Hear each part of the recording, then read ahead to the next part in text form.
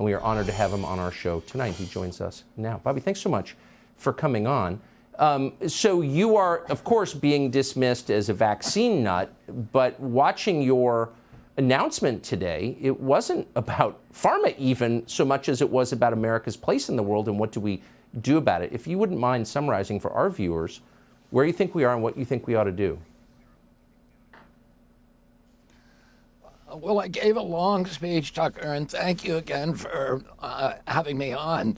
Of course. And for that very kind of an introduction.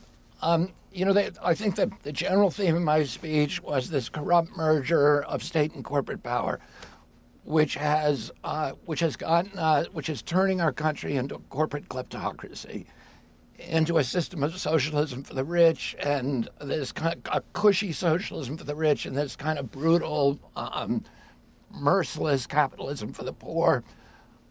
It keeps us in a state of war. It bails out banks at the same time that last month, the United States government told 30 million people it was cutting their their food stamp checks by 90%. It took 15 million people off of Medicare. The same month, it gave $300 million to the Silicon Valley Bank and tapped up the cost of the Ukraine war to $113 billion. We're sending $113 billion to the Ukraine. The entire budget of EPA is $12 billion. The budget of CDC is $11 billion. We have 57% of American citizens could not put their hands on $1,000 if they have an emergency. A quarter of our citizens are hungry. So we're cutting welfare and food stamps by 90%. And we're bailing out the bankers. We're paying for a war that, we can't afford. And with the way that we do this is by printing money. We've printed 10 centuries of money in the last 14 years.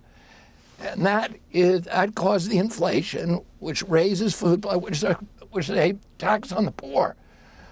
Oh, we've raised food prices for basic foods like chicken, dairy, and milk by 76% in the last 2 years. And now we're cutting people's food stamps and bailing out banks the same month. It doesn't make any sense. And we need to get rid of this kind of corporate control of our government. It comes from our democracy is devolving into kind of a corporate plutocracy. I would think that what you just said, and I'll just be honest, I agree with most of it.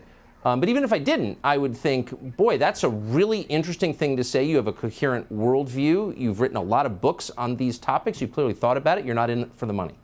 So don't these issues deserve a wide hearing before the public entering a presidential year? It seems to me that they do. I would think they would, and particularly the issues of war. And, my son went over and fought in the Ukraine. As I said today, I think people, the major doyens, sort of the most respected diplomatic gurus like Henry Kissinger and Jack Matlock and Larry Wilkinson have all said the Ukraine war is a huge problem for our country because from a geopolitical standpoint, it's driving the Russians close to the Chinese, which is the worst thing for us.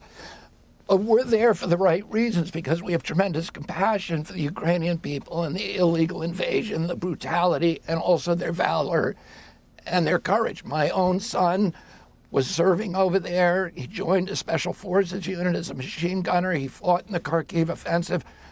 Americans care about the underdog. They care about that kind of suffering. But the question is, why are we in the Ukraine? Because Lloyd Austin, the Secretary of Defense, said that we're there to exhaust the Russians. President Biden has said that we're there to deplatform, to depose Vladimir Putin. And if that's why we're there, and we're killing a lot of Ukrainians as pawns in a proxy war between two great powers. Here's one last thing I would say. Nobody talks about this. There's 14,000 Ukrainian civilians who have died, but 300,000 troops. The Russians are killing Ukrainians at a 7-to-1 to 8-to-1 ratio. They cannot sustain this. What we're being told about this war is just not true. No, it's not true. And I would hope, despite the fact you criticize their advertisers, other media outlets would have enough respect for our country and for its voters to give what you said a hearing, because I think it's really important. And we're, again, grateful that you came on our show tonight. You're always welcome. Bobby Kennedy Jr., thank you. Thank you very much, Tucker. Subscribe to the Fox News YouTube channel to catch our nightly opens, stories that are changing the world and changing your life. From Tucker Carlson Tonight.